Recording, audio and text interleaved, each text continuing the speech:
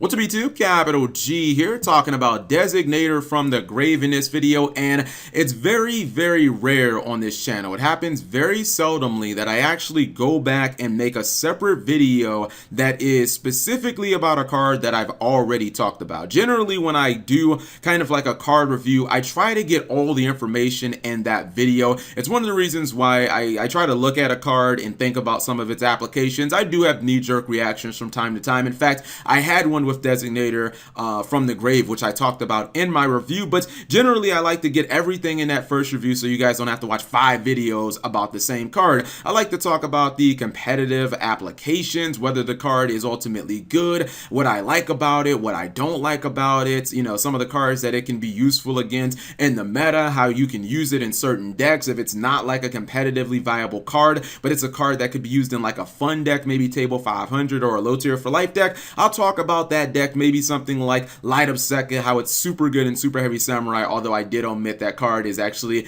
pretty damn strong in a really competitive deck like Mermill, although SHS might be competitive when it gets its cards. But generally I like to put everything in that video, and sometimes there'll be situations where I talk about a card or my first reaction is like, this card's really not that good. That happened with this card specifically, but I didn't, you know, before I even made that video, people were telling me, hey Cap, at the very least, Designator from the Grave stops all the hand traps. You know, it doesn't stop Gamma, but that's a separate situation. It stops Maxi and Ash Blossom and Winter Cherries and, you know, Ghost Ogre and all the popular hand traps that people played. And I thought to myself, okay, that definitely changes my opinion.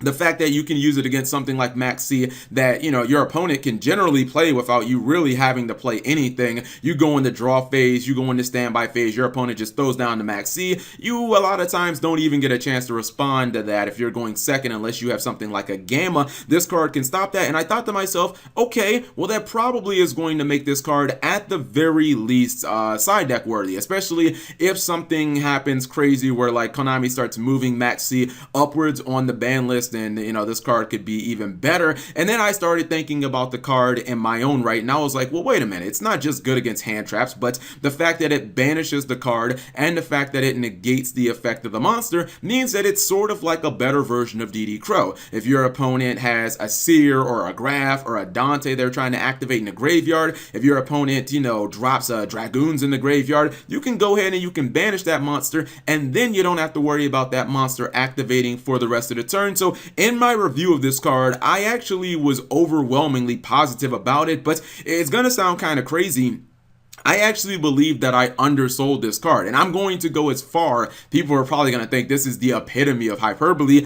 I believe Designator from the Grave is already in the running for best card of 2018, or at the very least one of the best cards of 2018. I know some people are going to say, Cap G, that is insanity. How could you make an asinine statement like that? We're not even out of the first month of the year. This is too much. How can you do that?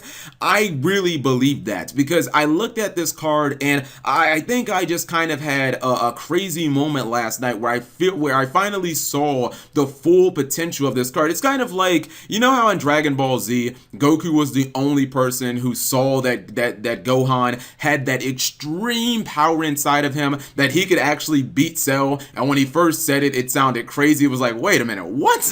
You're telling me the person who's gonna beat Cell is your kid who wasn't even a Super Saiyan at the beginning of this arc? Like, what? No way. That's what I'm kind of seeing out of this card. And I'm not saying that it's like the best card in the entire game, or I'm not saying that the card is like overly broken. I'm just saying that when you really look at it, it covers so much damn ground. It's actually crazy. It's kind of a culmination of so many other strong and good meta cards, but all slammed into one little neat package. And it's really interesting that it's not even a hard once per turn, which is kind of unbelievable. And actually in the OCG, I was watching a video by Lithium.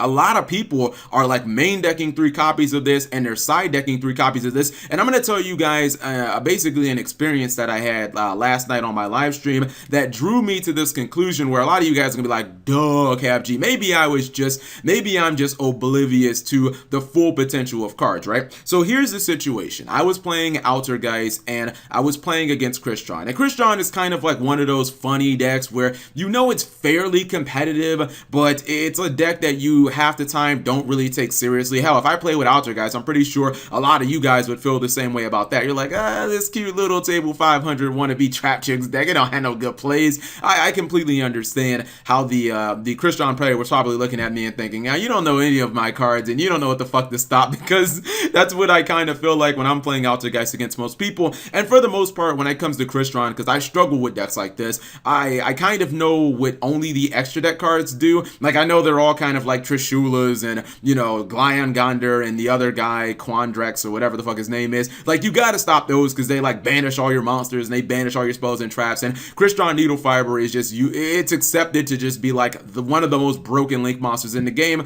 So I kind of had a game plan of just stop those cards and ignore whatever the fuck else you're doing. I don't know what any of your other cards do.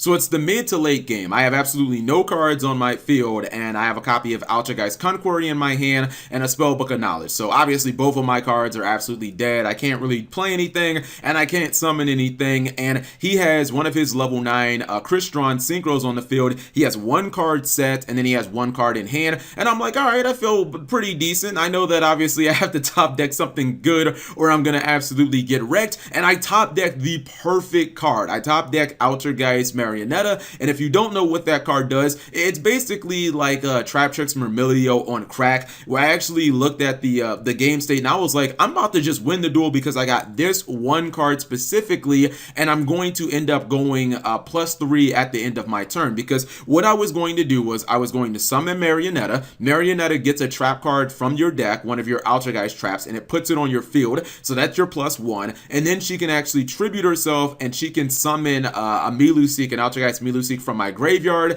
So Miluseek would attack my opponent directly, and then it sends one of their cards to the graveyard. So I was going to be able to kill his level 9 Crystron Synchro monster at the same time. There's my +2, and then I'd be able in main phase 2 to trade my Miluseek in for a Link Karibo, which means I still keep a monster on field, but then Miluseek's effect kicks in, and then she nets me a search for any other Altergeist monster in my deck not named Miluseek. So there's actually my +3, and I'm like, okay, the game's over. I'm about to go +3. I'm about to shut you down. I'm going to have way too much momentum. I'm going to have a trap card. I'm going to have a search. I'm going to have an attack blocker on field. This is all gravy. And it was kind of one of the most anime moments I've ever experienced in my entire life. I summoned my my Marionetta, and I'm like, activate effect. And he chains Designator from the grave. And I'm thinking to myself, oh shit, this is really bad. He's going to banish my Miluseek, which means I'm not going to be able to kill his Crystron Synchro monster. I'm not going to be able to summon Link Karibo. I'm not going to be able to get those searches. Like, my +3 is now basically in my mind, it's evaporating. And I'm like, damn, this is really bad. I'm now going from a +3 turn where I completely cripple you to, at best, I get maybe a +1 and I just get my trap card, and I'm like, I'm still trying to hang on for dear life, right? And then he says, I'm gonna go ahead and target your Altergeist Marionetta, and I think to myself, you fool, I knew you didn't know what my deck did. You just absolutely misplayed. I'm gonna completely wreck you and get this +3 right here and now, and I'm gonna turn this duel around. And then it dawned on me, right when I was smiling and I thought that I had him, it dawned on me that he basically just got an effect veiler. He got a Fiendish Chain or a Breakthrough Skill effect, because not only can you use this card to negate hand traps, not only can you use it as a DD Crow, but in the mid to late game, you can actually use Designator from the grave as basically like a breakthrough skill, as an effect veiler. If your opponent normal summons like one of those Stratos type monsters, like if they normal summon something like a Candina and they already have a Candina in their graveyard, you can simply banish the Candina in their graveyard and you basically get a breakthrough skill. You get a veiler, and that's exactly what he did. Like, he next leveled me, and it took me about 25 seconds to figure out, oh my god, I just got completely worked. And he ultimately won the duel because I used my Spellbook of Knowledge and I didn't draw any good cards, and he ended up wrecking me. But I looked at the card again and I thought, holy shit, is there anything that you can't do with this card? Now, I know a lot of you guys are going to say, Cap G, that was way too much build up for something that we had already established a week ago. If you already came to this conclusion, then man, I give you your props, but it's very rare that we see a card like this, a card that can kind of change its identity and change what you use it for throughout the course of a duel. In the first couple of turns, you can use it as a hand trap stopper when you basically need to get your searches. You need to be able to special summon to your heart's content. You can use it to stop the Maxies. You can use it to stop the Ash Blossoms. If you guys watched the finals of YCS Melbourne, it was a Spiral Mirror match, and a guy just winter cherried his opponent twice and basically basically the game was over. You know, it can be used to stop that. A couple of turns later, it can be used as kind of like a graveyard stopper. It can be used as a soul drain, getting rid of those Dantes, the Burning Abyss monsters, the Dragoons. And then in the late game, when people have established graveyards, it can kind of just be used as an effect veiler or a breakthrough skill. And it's like, dude, to get all of those effects in one package, I think is absolutely crazy. And I still think that people are they're too focused on just the hand trap stopping ability of this card. This is one of those cards where you have to play against it a couple of times to see all the great things it can do. So again, I don't generally spend 2 videos on one card, let alone this amount of time, but I am just glowing thinking about the possibilities of this card, and I would be shocked if it came to the TCG and saw no play. Like, this would be one of the biggest things I have ever been wrong about when it comes to like predictions, because I think it's going to end up being at the end of the year like one of the 10 best cards Konami releases this year, but I guess I could be wrong. Anyways, whatever you guys think, leave it in the comment section below. Thank you guys for watching. As always, subscribe if you have not already. Turn on that notification bell for daily videos.